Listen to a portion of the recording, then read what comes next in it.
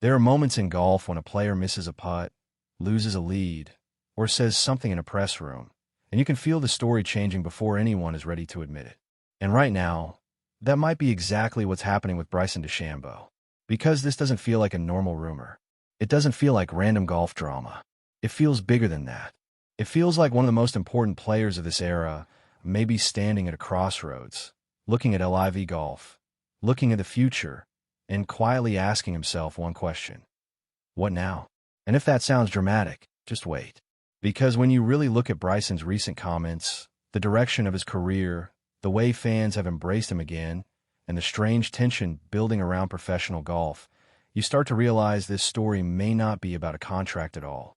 It may be about freedom, legacy, identity, and whether Bryson DeChambeau has already become too big, too different, and too independent to belong to any one tour.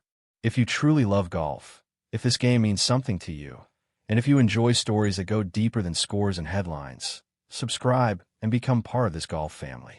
Because golf is changing fast, and the fans who care most deserve a place that actually feels that change.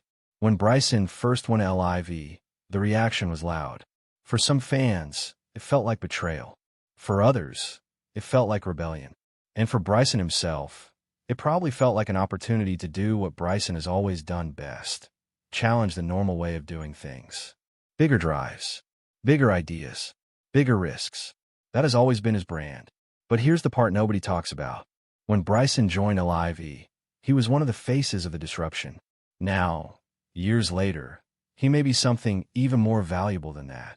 He may be one of the few golfers on earth who doesn't need the machine around him as much as the machine needs him. Think about what's happened. He didn't disappear after leaving the traditional spotlight. He didn't fade away. If anything, he became more visible, more relatable, more interesting. He went from being one of the most debated figures in golf to one of the most watched. Fans who once rolled their eyes at him started listening. Then they started rooting for him. Then they started clicking on everything he posted. And this is where everything changed. Because Bryson didn't just rebuild momentum through tournament golf.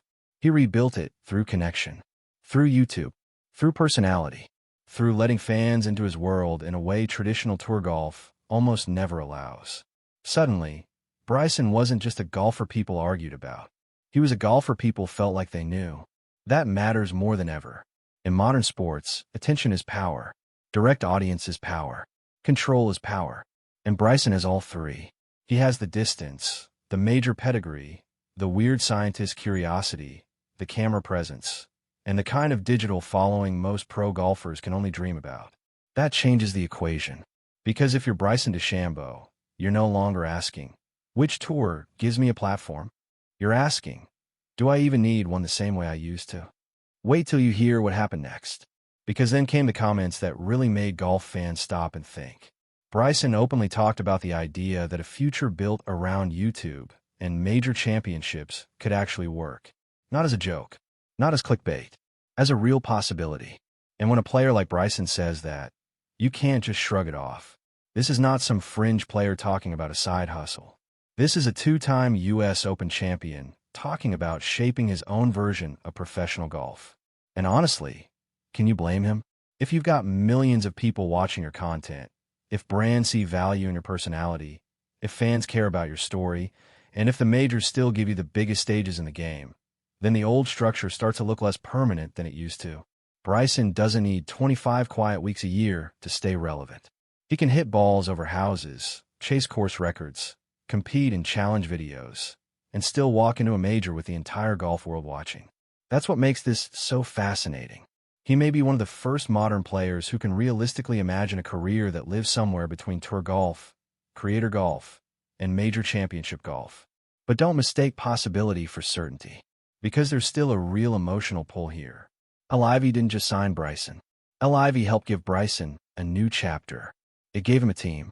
It gave him space to build Crusher's GC. It gave him room to lean into innovation, technology, and entertainment. That matters too. Publicly, LIV has celebrated how much Bryson means to the league, and his commercial value is obvious. He isn't just one of their players. He is one of their biggest symbols. So if Bryson ever does leave, it won't feel like some simple golf transaction. It would feel personal. It would feel symbolic. and it would send a message across the sport that no press release could soften. But here's where the tension gets real. Bryson has also sounded uneasy about where LIV itself is heading. When LIV shifted towards 72-hole events, he admitted it wasn't what players originally signed up for. And that might sound small to casual fans, but it's actually huge. Because when a league is built on being different, and then it starts moving closer to the thing it promised not to be, players notice. Especially a player like Bryson, who buys into ideas, visions, and long-term meaning. That kind of comment tells you something. Not necessarily that he's gone, but that he's watching, evaluating, thinking. And Bryson has never been the kind of guy who blindly stays in something just because that's what he did yesterday. And then came the report that really poured fuel on this story. During Masters Week, while the golf world was focused on Augusta, reports surfaced that Bryson had meetings regarding possible options outside LIV. Now, let's be careful here. Reported meetings are not the same thing as a decision. Rumors are not proof. Nothing official has been announced. But when a player of his stature is even being discussed in that way, golf fans are right to pay attention. Because players do not explore doors unless they know a hallway might be ending. And maybe that's the deepest layer of this whole story. Maybe this isn't really about Bryson being done with LIV. Maybe it's about Bryson realizing he has outgrown the need to belong fully to anyone. That's a very different thing. And in some ways, it's even more powerful. Because the player who once seemed like he needed a system to validate him now looks like a player who can create his own ecosystem. That's rare. In golf, maybe unbelievably rare. A lot of pros still depend on the tour schedule to keep them visible. Bryson doesn't. A lot of pros need media coverage to keep their name hot. Bryson doesn't. A lot of pros are still trying to become interesting to the public. Bryson already is. That kind of independence changes negotiations. It changes leverage. It changes identity. But here's the part that makes this story emotional instead of just strategic. Golf fans have watched Bryson evolve. Not perfectly, not cleanly, but honestly. He's been criticized, mocked, doubted, and second-guessed. He's also inspired people, entertained people, won huge tournaments, reinvented his image. That journey matters. So when people hear Bryson might be done with LIV, what they're really reacting to is something deeper. They're reacting to the possibility that Bryson's next chapter could be the most authentic one yet. No labels, no sides, no forced loyalty, just Bryson being Bryson. And imagine what that would look like.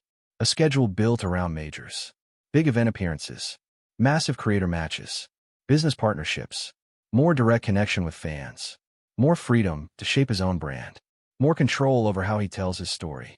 It sounds unconventional, but then again, when has Bryson ever been conventional? Still, there's doubt here too. Because golf is not easy to master in fragments. You can't fake sharpness at the highest level forever. You can't assume major championship pressure will feel the same without a full competitive rhythm. And if Bryson walked away from a structured tour life, he would be betting on something very few players have ever successfully built. That takes nerve.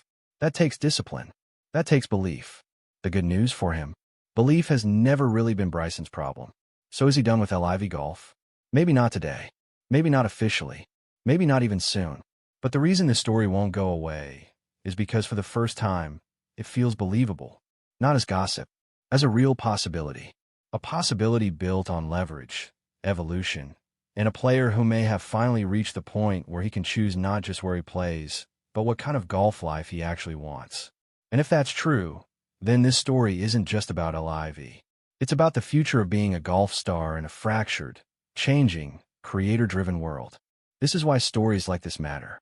Not because we love drama for the sake of drama, but because golf is in the middle of becoming something new, and Bryson DeChambeau might be one of the clear signs of where it's heading. Whether he stays with LIV, builds something more independent, or shocks everyone with a different move entirely, one thing is clear. Bryson is no longer just following the story of modern golf. He's helping write it. So now I want to ask you, if Bryson really had the choice, what should he do next? Stay with LIV, return to a more traditional path, or build a completely new lane for himself? Drop your thoughts in the comments. And if you want more golf stories that actually mean something, stay with this channel. Because the game we love is changing, and the fans who feel every twist of it deserve to experience that together.